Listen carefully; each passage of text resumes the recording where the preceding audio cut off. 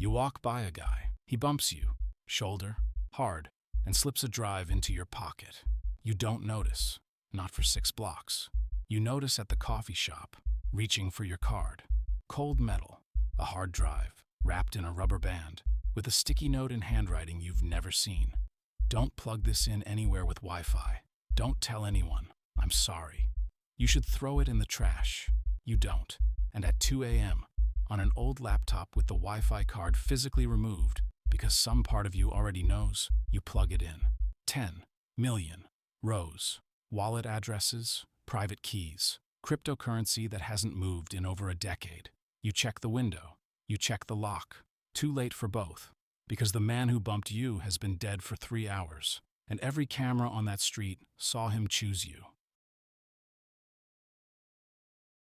Let's rewind 18 hours, because you need to understand who bumped you. His name, you'll learn later, from a news article you'll read 40 times, was Dale Reyes, 61 years old. And in 2013, Dale was the systems administrator for one of the earliest crypto exchanges in the world, the kind that ran on duct tape, trust, and a single server rack. In 2014, the exchange died. Overnight, the founders scattered across 3 continents.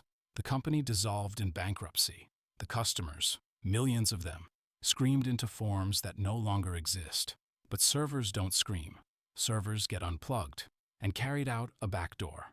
The exchange's custody database, every customer wallet the platform ever held, was supposed to be destroyed by court order. The bankruptcy records say it was. The bankruptcy records are wrong. For 12 years, that database lived in a storage unit, then a safe, then a backpack. For 12 years, Dale Reyes carried the private keys to 10 million dormant wallets and told no one. Most of those wallets hold dust, fractions of a cent. But this was 2013, when coins were cheap and people deposited thousands of them like it was arcade money. You don't need all 10 million to be real. You need 0.1% to be real. And the thing in your pocket is worth more than the building you live in, the block you live on, maybe the zip code. And 18 hours after you do that math, Dale Reyes is pulled out of the river. The police call it a heart attack. A 61-year-old man, walking alone at night. Happens all the time. Except you saw him walking. He wasn't walking. He was running from something behind him and slowing down for exactly 1 moment, the moment he bumped into you. Day 2. You haven't slept. You've told no one. Good instincts. Shame it's already too late, because last night, you did something that felt completely harmless. You picked one address out of 10 million, and you looked it up on a public blockchain explorer. Just looked. Just once. Like checking a lottery ticket. Here's what you didn't know. Blockchain analytics companies watch dormant wallets the way astronomers watch dead stars. Addresses untouched since 2014 sit on lists, flagged, indexed, monitored. And when a cluster of dead addresses suddenly starts getting attention, that's a signal. Signals get logged. Signals get sold. Signals get acted on. You're not hiding in the shadows. You're standing in a spotlight you can't see, holding a bag with your name on it. Day 3. The emails start. The first looks like spam. Data recovery services, legacy exchange asset specialists. Delete. The second uses your first name. You didn't give anyone your first name. The third uses Dale's. And the fourth email has no text at all. Just an attachment. A photo of the crosswalk. Time-stamped. Shot from above. From a camera you now realize was pointed at that intersection the whole time. 2 figures. Mid-bump. Him and you. Somebody has been hunting that drive for 12 years. And as of 72 hours ago, the trail of a 12-year hunt ends at your pocket. So who's actually coming? Because it's not one enemy, it's 3. And they don't know about each other. Yet. Faction 1. The Consortium. A private asset recovery group that's been circling this database since the collapse. They offered Dale 8 figures once. He said no. Then the offers stopped being offers. These are the people sending emails, and they don't want to buy the drive anymore. Why pay for something a dead man already gave away for free? Faction 2. The Machines. Chain analysis firms. They don't care about you personally. You're a data point. But the moment a single dormant coin moves 1 inch, Their alarms fire in a dozen offices across the world. Exchanges freeze everything the coins touch. And every serious player on Earth learns the database is live. The machines can't find you. They're waiting for you to find yourself. Faction 3. The law. Here's the detail almost nobody knows. That bankruptcy case, never fully closed. There is a trustee, a real person, in a real office, whose literal job for 12 years has included one unresolved line item, the missing customer database. To the consortium, you're a target. To the machines, you're a signal. To the trustee, you're something much stranger. You're the evidence. 3 hunters. One holds subpoenas. One holds algorithms. One holds the kind of budget that makes rivers swallow 61-year-old men. And all 3 are converging on a person who, 1 week ago, was worried about rent. Day 4. And here's the part of this story nobody admits out loud. You think about keeping it. Of course you do. Anyone who says they wouldn't is lying to you, or lying to themselves. So that night, you run the experiment. You tell yourself it's not a decision. It's just math. You pick one wallet, row 4,212,000 and change. A wallet holding a number that would erase your rent, your debt, your alarm clock, everything, forever. You set up the transaction on the air-gapped laptop. 1 coin, 1 single coin, out of 1 wallet, out of 10 million. Who on earth would notice 1 coin? Your finger is on the enter key. And it stays there. 1 minute. 2. Because a thought crawls in that you can't get rid of. Whose coin is it? So you do something dangerous instead. You go looking for them, the customers, and you find them, because the internet never really buries anything. An archived form, frozen in 2014, a thread with 11,000 replies, titled, "Exchange Down? Anyone else locked out?" You read it for 3 hours. A nurse in Ohio who deposited her retirement, a father in Manila who was saving for a wedding, a 19-year-old, back then, who mined coins in his dorm room and kept them all in one place, because the exchange felt safer than his own hard drive. The last reply in the thread is from 2 months ago, 12 years later, and someone is still checking. It says, "Still here, still hoping, see you all next year." 10 million rows stopped being rows somewhere around midnight. They have names now. You look at the transaction screen. 1 coin. The nurse's coin. The father's, the kid's. You close the laptop, and that's when you finally understand what you're actually holding. It's not a lottery ticket. It's not a treasure chest. It's the world's largest collection of other people's hope.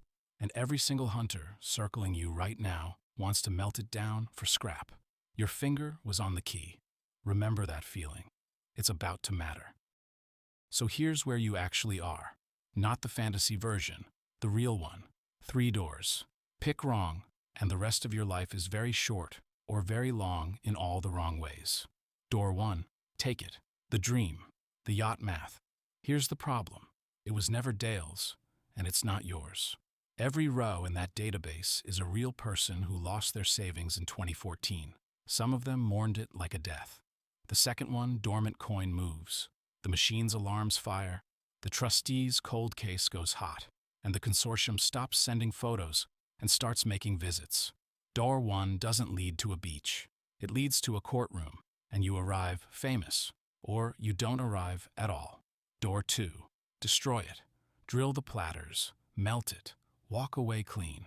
Except 10 million people's lost coins die with it, including the ones who've spent a decade in recovery forums, praying the database still exists. And one more problem. The hunters don't know you destroyed it. You can't prove a negative to people who send photographs instead of sentences. You'd be safe from the law and hunted by everyone else, poor, paranoid, and doing yacht math in the shower for the rest of your life. Door 3. Turn it in. Lawyer first, before anyone. Then the bankruptcy trustee. You hand over the single largest recovery of lost crypto assets in history. And here's what almost nobody knows. In major exchange collapses, people who recover estate assets can be legally entitled to a finder's percentage. A sliver of this database is still generational money, clean money, the kind you spend without checking the street below your window. And Door 3 does something the other doors can't. It makes you useless to the consortium. You can't threaten a man who already gave everything away. 3 doors. And you have maybe days to choose, because the emails are getting shorter. And the last one wasn't an email. It was a knock. You don't answer the knock. You sit on the floor behind the couch until the footsteps leave. And then you do the thing you've been avoiding for 4 days. There's a folder on that drive you haven't opened. It's named Read Last. Of course you open it now. It's a letter. And it detonates everything you thought you knew. The bump wasn't random.